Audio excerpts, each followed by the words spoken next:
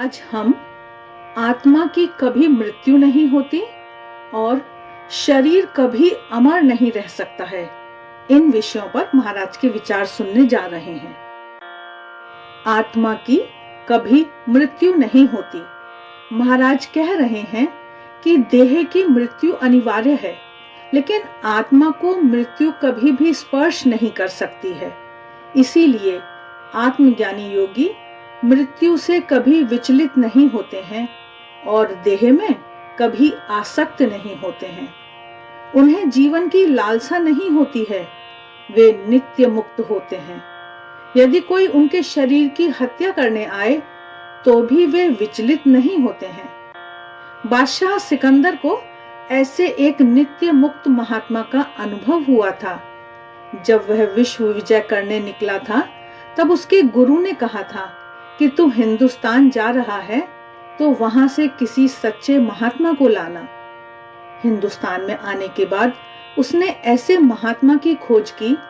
उसने अपने मंत्री को भेजकर एक महात्मा को बुलाया। उस महात्मा ने सिकंदर के पास जाने से मना कर दिया, तो स्वयं सिकंदर महात्मा के पास गया। उनको प्रणाम करके कहा, आप मेरे देश चलिए, मैं आपको अपार संपत्ति दूंगा। आपको अब इस प्रकार दिगंबर होकर जंगल में वृक्ष के नीचे नहीं रहना पड़ेगा। आपको मैं विशाल महल दूंगा। तब उस महात्मा ने कहा, मैं क्यों तुम्हारे साथ जाऊं? मुझे यहाँ किस बात की कमी है? वृक्ष मुझे फल देते हैं, नदी मुझे पानी देती है, वस्त्रों की मुझे आवश्यकता नहीं, मैं सदैव आनंदमय हूँ। सिकंदर को ना सुनने की आदत नहीं थी। इस उत्तर को अपमान समझकर वह आग बबूला हो गया। उसने महात्मा को मारने के लिए म्यान में से तलवार निकाल ली। यह देखकर महात्मा ने सहजता और निर्भयता से कहा, तू किसे मारेगा? मैं तो वह अजर अमर आत्मा हूँ जिसे शस्त्र छेद नहीं सकते, अग्नि जला नहीं सकती, पानी गला नहीं सकता, पवन सुखा नहीं सकता। वह नित्य सर्वव्यापक, स्थिर, अचल और अनादि है। मैं बुद्धि नहीं हूँ, चित्त नहीं हूँ, अहंकार नहीं हूँ, मैं चिदानंद रूप शिव हूँ। तू मुझे क्या मार सकता है? आत्मा से निकली ऐसी वाणी कभी सिकंदर ने नहीं सुनी थी। सुनकर वह हतप्रभ हो गया। उसकी तलवार ठहर गई। तभी महात्मा ने कहा, मूर्ख, तू स्वयं ही अपने देश में नहीं पहुंच सकेगा, तू मुझे क्या ले जाएगा? सिकंदर महात्मा को प्रणाम करके वहां से चल पड़ा। सच में वह अपने देश नहीं पहुंच सका। रास्ते में ही उसकी मृत्यु हो गई। तब उसे हिंदुस्तान के साधुओं की महानता समझ में आई होगी। महाराज आगे बता रहे हैं कि इस प्रकार शरीर तो नश्वर है ही, किंतु आत्मा अमर है। अतः आत्मज्ञानी निर्भय रहता है। वह मृत्यु से नहीं डरता, क्योंकि वह जानता है कि वह स्वभावतः अमर है। आगे महाराज शरीर कभी अमर नहीं रह सकता, इस विषय पर अपने विचार प्रकट करते हुए बता रहे हैं कि मेरे पुत्र को कोई जीवित कर दो। मेरा इकलौता बेटा है, मेरा लाडला मुझे छोड़कर चला गया, मैं उसके बिना नहीं जी सकती। हाथ में मृत पुत्र को लेकर क्रंदन करती हुई किसा गौतमी को देखकर सभी के हृदय पिघल गए।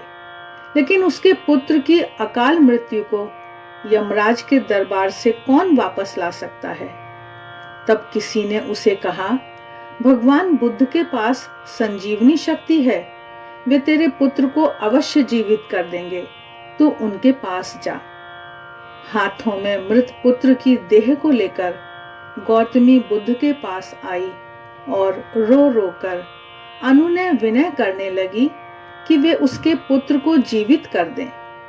बुद्ध ने कहा, मैं तेरे पुत्र को अवश्य जीवित कर दूंगा, परंतु उसके लिए मुझे कुछ राई के दाने चाहिए, वह तू ला देगी? राई के दाने? उसमें क्या है, अभी लाकर देती हूँ। लेकिन महात्मा बुद्ध ने कहा कि एक शर्त है, जिस घर में कभी किसी की मृत्यु नहीं हुई हो, ऐसे घर से राई के दाने लाने हैं। भगवान, यह कोई बड़ी बात नहीं है, अभी मैं लेकर आती हूँ। यह सुनकर किसा गौतमी की आंखों में आशा की चमक आ गई कि अब उसका पुत्र अवश्य जीवित हो जाएगा। वह घर घर राई के दाने के लिए घूमने लगी। किसी ने कहा, हमारे दादा मर गए हैं। दूसरे घर गई तो उन्होंने कहा, हमारे पिता मर गए हैं। तीसरे घर गई तो वहां कहा गया, कुछ दिन पहले ही हमारे काका मर गए हैं। किसी का युवा पुत्र तो किसी की बेटी मर गई थी। वह घर घर गई, पर एक भी घर ऐसा नहीं मिला जहां किसी की मृत्यु न हुई हो। उसने बिल्कुल निराश और हताश हो भगवान बुद्ध के पास आकर कहा, प्रभु, आपके द्वारा मंगाए गए राई के दाने में नहीं ला सकी। कोई घर मृत्यु से खाली नहीं है। तो तुझे समझ में आया?